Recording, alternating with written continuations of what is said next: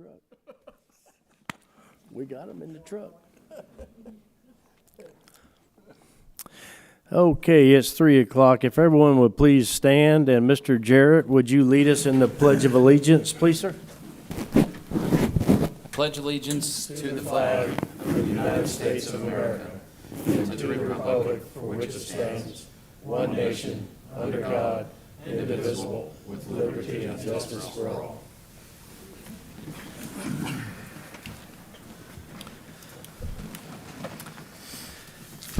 This is the Planning and Zoning Board / local planning agency. It's an advisory board which makes recommendations to the county commissioners who will make the final decision on these items.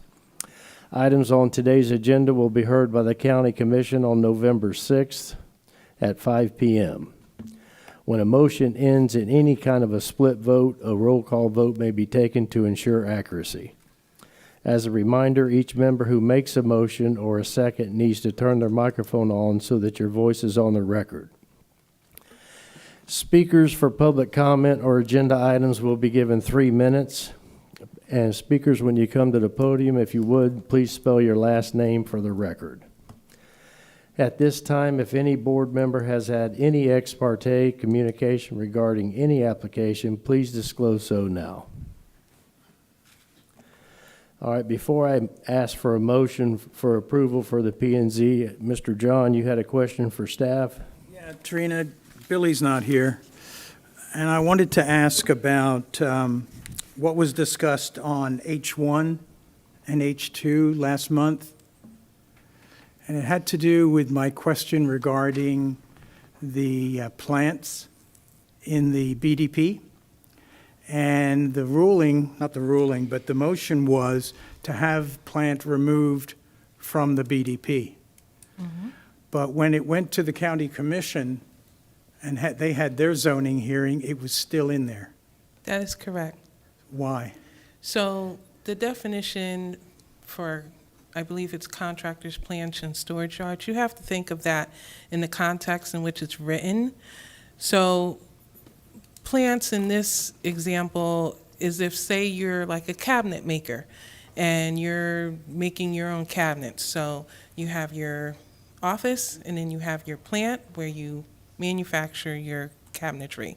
Just using that for an example. So when that was explained to the commission, and again, they had your recommendation, they decided to put the whole title in because that is the way the title is written in our land development regulations. Okay, but during our discussions here, the applicant stated that they weren't going to do any assembly in that building. It was just going to be for storage as an adjunct facility to That their is Melbourne correct. one. Mm-hmm. So Again, I think you it was cannot remove Ms. it. Ora's requested that it be removed from the BDP. That is correct. It was a recommendation to the board, and again, they decided to put the whole title in to the ordinance because that is the way it is written in our ordinances, into the resolution, excuse me. So that means that we don't have any power to remove part of the description You can in give these your BDPs? I mean, the applicant agreed. You can give your recommendation to the board, and the board has the final approval. I understand that, but if the applicant agreed to the condition that was placed on that BDP, then it should have been struck from that BDP before going to the county commission, and then never would have come up for discussion. Again, it has to come up for discussion because that's how it was advertised, and you're a recommending board, and the county commissioners have the final say. Okay. Okay. I mean, it's already passed and everything, so, all right. All right. I still need a motion for approval of the P&Z minutes from September 15th. Make a motion. I got a motion by, I'll second. let me see here, a motion by Melissa, a second by Rob. All those in favor say aye. Aye. Any opposed? That passed unanimously. Okay, item H1. Item H1, Housing Authority of Brevard County, being represented by Forgot his name. No, it's Steve Monroe. Michael Bean is not here, I believe. So request a CUP for mitigating a non-conforming use in RU-1-230 zoning classification under application 25Z00022 located in District 5. Is the applicant here?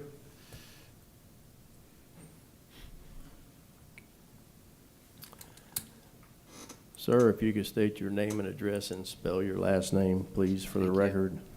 Good afternoon. My name is Steve Monroe. I'm the president of Monroe Engineering. My last name is spelled M-O-N-R-O-E, and my address is 3080 Brandywine Lane, Melbourne, Florida. I'm here to represent the Housing Authority. I'm the engineer record for this project. So, this project is located at the northwest corner of Aurora Road and Marywood Road. It's about a quarter of a mile to the east of where John Rhodes ties in. The site is owned by the Housing Authority and it's been home to about 50 units since 1966. So it's about 59 years they've had this property that's been there.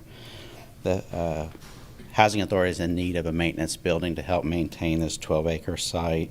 They're proposing about a 4,000 square foot building with 3 offices and no more than about 8 employees.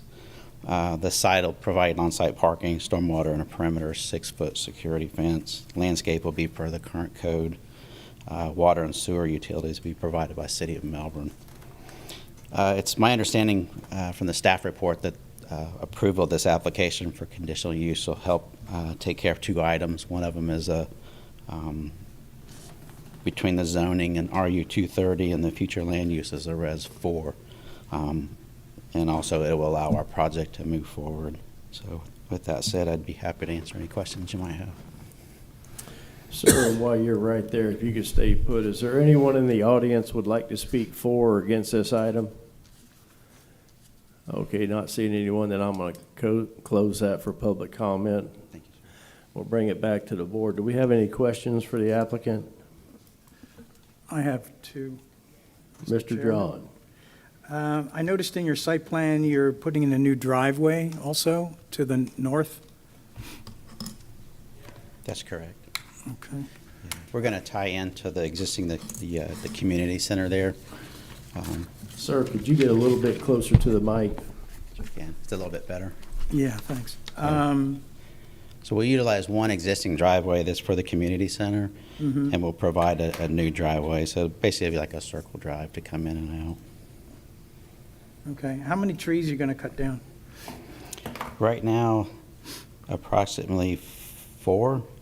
2 of them we could probably work around to save, so possibly 2.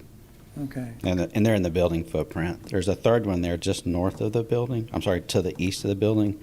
Might be questionable just because of storm hazard conditions. That one we may not be able to keep that one either. Okay. It depends on how rough the contractors are. Yeah. Okay. But we will provide a landscape plan according to the current code.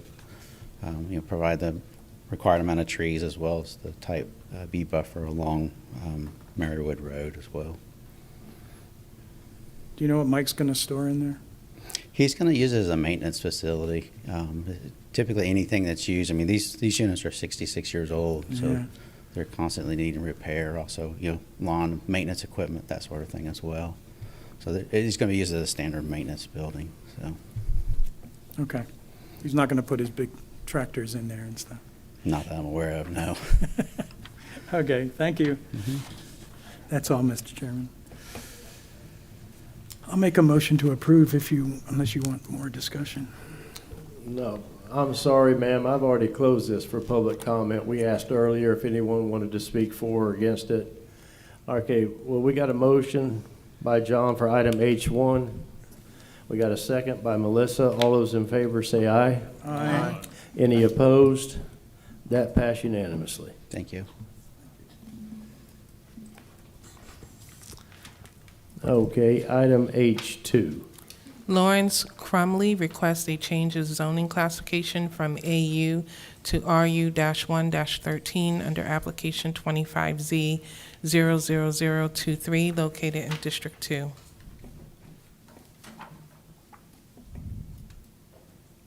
I guess the applicant's here. Yes, sir. Good afternoon, Mr. Chairman, members of the P&Z, Bruce Moya, MOIA, President of MBV Engineering, representing the applicant. What we're proposing today is to do a one-time lot split of the main parcel on South Tropical Trail, create a buildable single-family residential lot, rezone it to RU 113, which is compatible to a couple lots that are to the east and to the south, so that he can build a house. The plan is the neighbor to the north wants to buy it and build a house for his son so he can take care of him in his older years. So I think it should be pretty straightforward. So if you have any questions, I'm happy to answer them. Mr. Moya, while you're right there, is there anyone in the audience want to speak for or against this item? Okay, seeing that, I'm going to close the audience then for public comment. I'll bring it back to the board. We got any questions for the applicant? I have questions. John, you for can let me off easy? No. Staff, I think. Yes, ma'am. Miss Ruth. It says this is for 0.51 acres of a 3.03 acre lot. So we're sectioning off the 0.5 acres from the whole 3 acres to build a second home? Yes. Okay.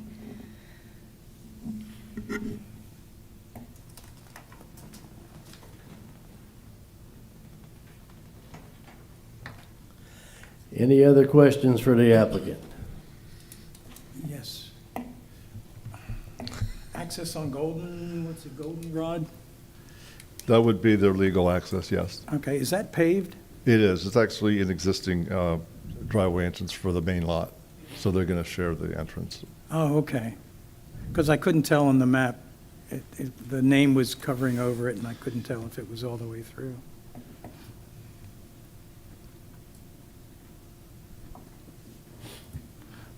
That's it. I just was curious about that.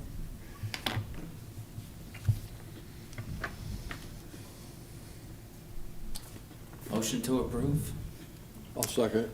Got a motion by Jared, a second by Henry on item H2. All those in favor say aye. Aye. Any opposed? Aye.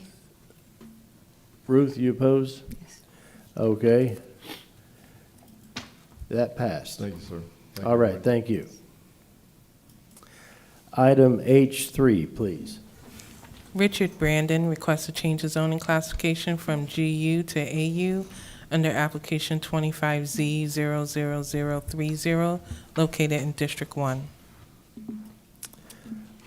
All right, Mr. Brandon, if you'd state your name and address, and if you could spell your last name for the record. Richard Brandon, 5460 Florida Palm Avenue, Cocoa, Florida, Brandon. All right, and a little bit about what you're wanting to do. Well, I'm trying to put in a swimming pool, and then I ran into all these these issues. So Never a problem, only a challenge. that's right. All right, while you're right there, sir, is there anyone in the audience want to speak for or against this item? Okay, I'm going to close that for public comment. Seeing that, I bring it back to the board. We got any questions for the applicant? I have a question maybe for staff. I was reading through this one earlier, and I was just curious how come this was the path that this gentleman was sent down as opposed to like a variance? So he did a variance, well, an administrative waiver, as you can see in the staff report, to the lot size, the setbacks, and things like that. My understanding is, and you can confirm this with the applicant, that he would like to keep the AU, the agricultural uses on the property. So that is why he's doing a rezoning. Okay, thank you. Yeah, I'm also a commercial beekeeper, so it makes sense to have a AU. Understood. I make a motion to approve? I'd second. Okay, we got a motion by Ruth, a second by Jared on item H3. All those in favor say aye. Aye. Any opposed? That passed unanimously. All right, cool. Good luck with the county commissioners. I have one question. Yes, sir. What's the meeting about on November 6th? Well, we're just an advisory board. The Okay, county commissioners make the final decision. okay. So there'll be in, like this, another, at Yes. this location? Yes, right here. Okay, cool. Practice All right. run. Thanks. Item H4. John McLeod requests a change of zoning classification from GU to SR under application 25Z00031, located in District 5. I just now recognized you, Mr. McLeod. Oh, now you're in trouble. My name is John McLeod. It's MC, capital Leod, 3575 Carriage Gate Drive, Melbourne. All right, and a little bit about what you're wanting to do, Mr. McLeod. I'm gonna let my daughter do this. Okay. She's my mouthpiece. My name's Stacy Rossborough. I'm his daughter. So, like the last gentleman, this all started with wanting to replace a shed that was existing on the property, and we found out that we are zoned incorrectly for the past 50-something years. And so he has less than an acre. I think it's .97, something like that. 9.4 of an acre. So they suggested we rezone, and there's an existing shed on the property that would then be within the limits. I guess it's not, which is all news we're finding out with just the Are replacement you of sure the he's shed. only been there 50 years? 53 years. I was going to say. 73. I built a house, yeah. We didn't want to give away ages or anything. All right, while you're right there, is there anyone in the audience want to speak for or against this item? Okay, I'm going to close it for public comment, and seeing that, I'm going to bring it back to the board. Do we have any questions for the applicant?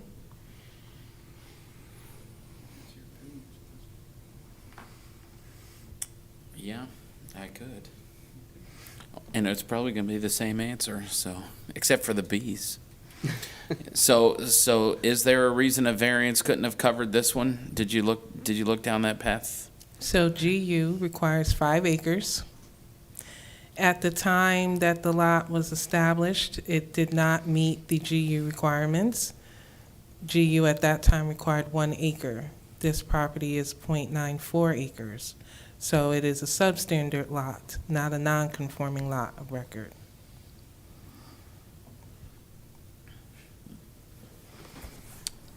Thank you. 53 years. 53 years, yes, sir. I've driven past there a number of times going to that cell tower in the back. Yep. Got lost in the woods back there a couple times trying to find it. If nobody has anything else, I'll do the motion to approve. Second. Got a motion by Jared, a second by John. All those in favor say aye. Aye. Aye. Any opposed? That passed unanimously. Good seeing you, Behave Mr. yourself. McLeod. All right. Thank you. All right, thank you. Item H5. Item H5 requests a recommendation regarding amendments to Chapter 62, Article 9, in order to allow community development districts to have specific signage for parks within certain zoning classifications. And I guess the applicant isn't here. That was a little sarcastic. That went through the review of the construction board, Yes, sir, it did. and they wanted, what was that 4x4 or 4x8? They recommended approval. Yeah. They didn't have any changes to it. I like to think they know what they did.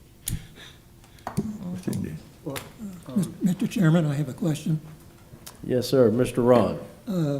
What's driving the 75 square feet size? That's like 5 feet by 15 feet, which is pretty good size. And so they also asked that same question, and again, because these are going to be done by community development districts, they felt that more than likely a sign of that size would not be produced, basically, for a site. especially since it's coming from CDDs or, you know, HOA funds. We just wanted to give kind of the maximum of what they would be allowed. And again, it's the maximum. It's not the minimum. So with that, they can have up to 150 square feet of signage, but no one sign can exceed the 75 square feet. Okay. And another question, what size are county parks limited to?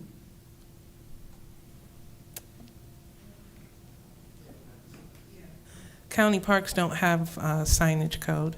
They don't have size limitations. In GML, they follow.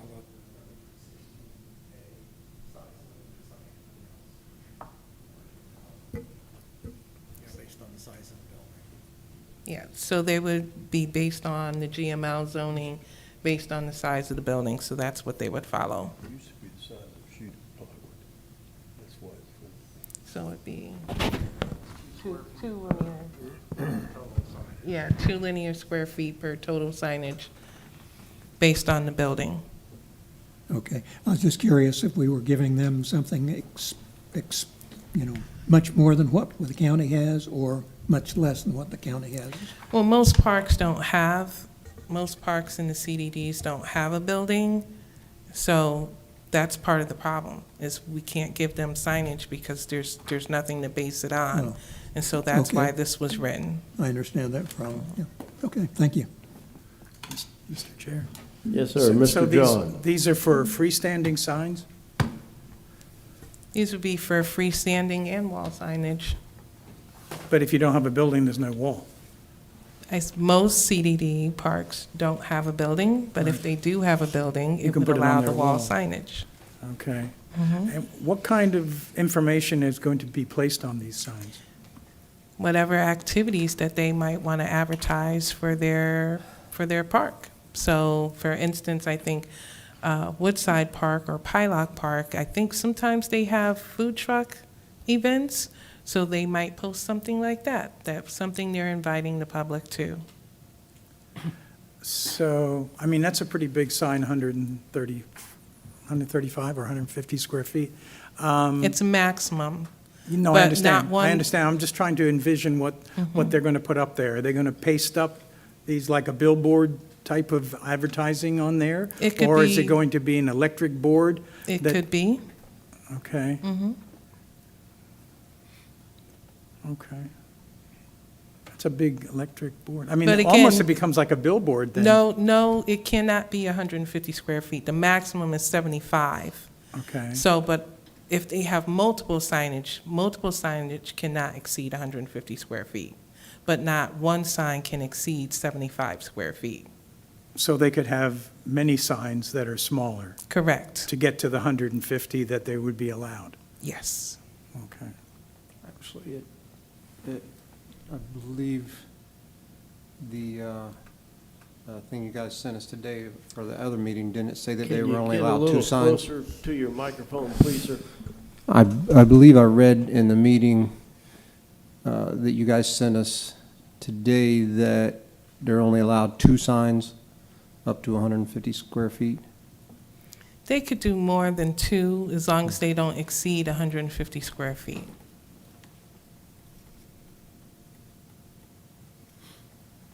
Do you have any design standards for them? We do not.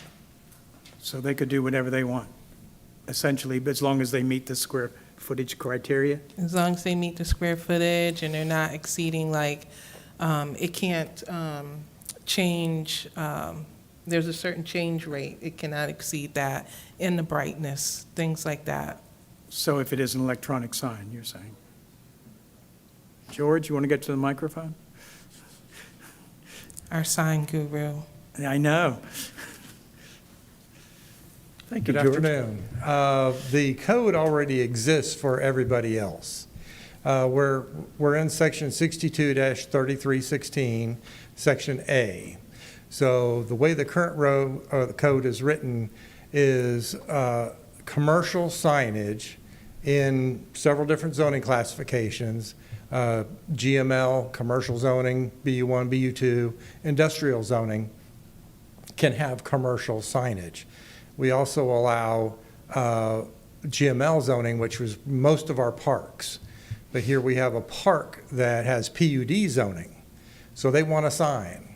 There is no current allowance for a public or private park in a PUD zoning to have its own signage under the PUD zoning, except for commercial signs, not recreation.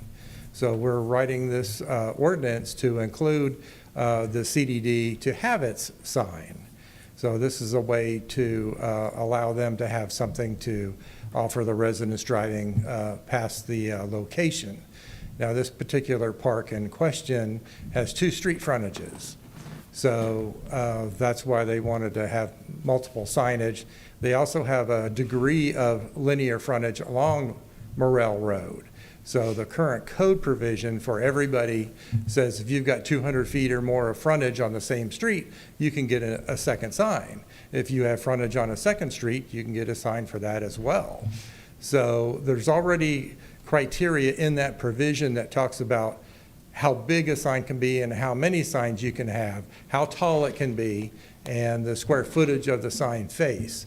We're just adding a allotment for area for somebody who may not have a building on the property that wants to advertise it for community events or the park itself.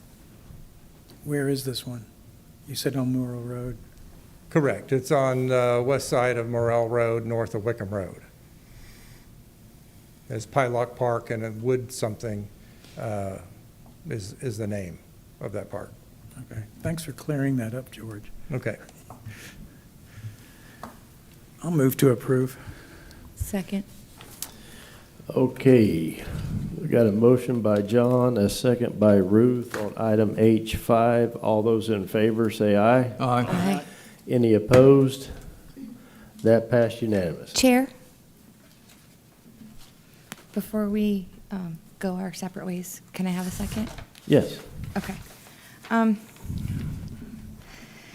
I would like to move that the chair draft and send a letter to the Brevard County Board of County Commissions recommending that they either join the lawsuit challenging SB 180 or draft and send their own letter requesting the SB 180 be repealed or amended. This recommendation is based on the state's rejection of our recent comprehensive plan amendment, which despite reducing previous restrictions was still deemed too burdensome to development. This action demonstrates how SB 180 effectively strips away our constitutionally protected home rule authority and significantly impairs the ability of this board to carry out its responsibilities as intended by the Brevard County residents.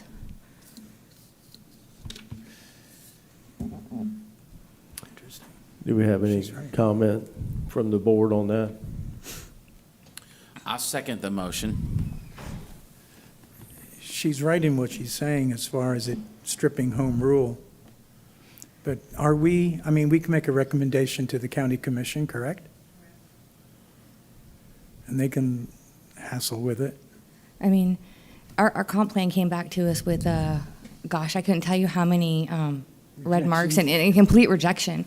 And while I wasn't in complete agreement with the whole entire comp plan, I'm sure not everybody was in agreement, like loved everything about the comp plan. But that was our decision to make and recommend to the Board of County Commissioners, and their decision to make based on how this is set up by our residents and our charter. And by the state's SB 180 taking that away from us and effectively saying what we did isn't allowed, it impairs our ability as a board to function. And I think that the Board of County Commissioners should get something from us recommending that we want to maintain home rule and we want to maintain the abilities of our board. Agree.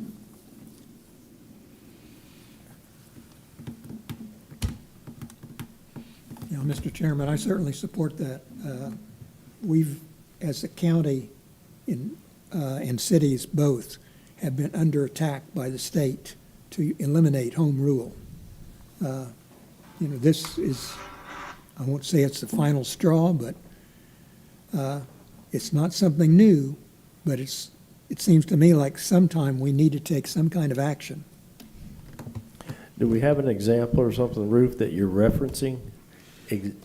that's happened recently? or- I think Mr. Prasad's going to step up. He's gonna step up. I saw you stand, so I took a guess on that. So tomorrow, the Board of County Commissioners will be considering some things regarding this issue.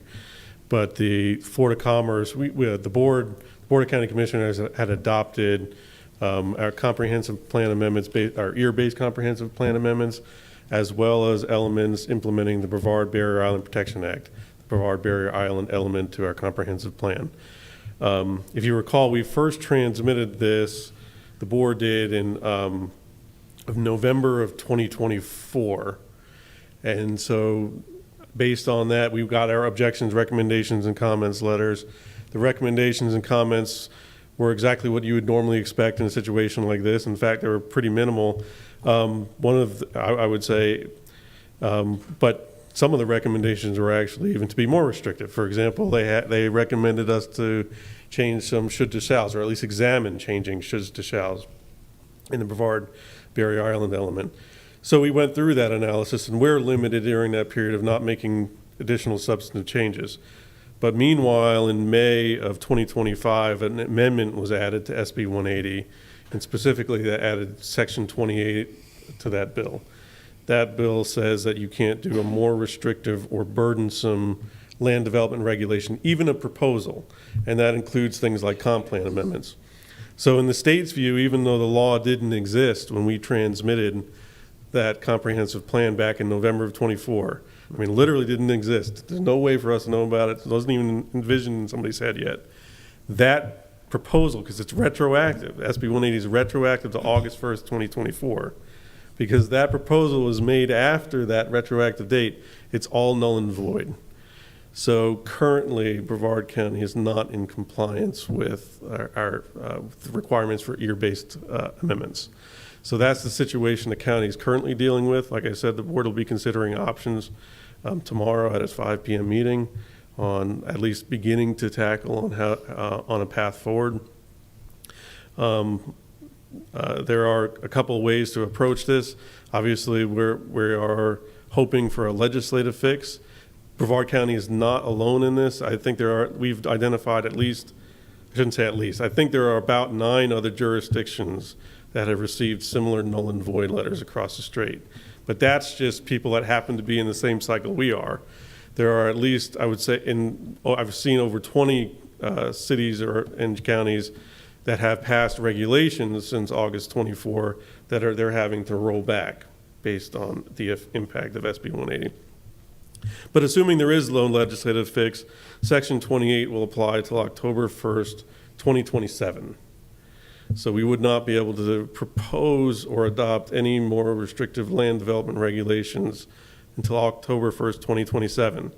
That date itself can effectively be extended under Section 18. I know it's kind of gets complex, but if we're within 100 miles of a hurricane, at that point, then those similar restrictions reapply for a certain period of time going forward.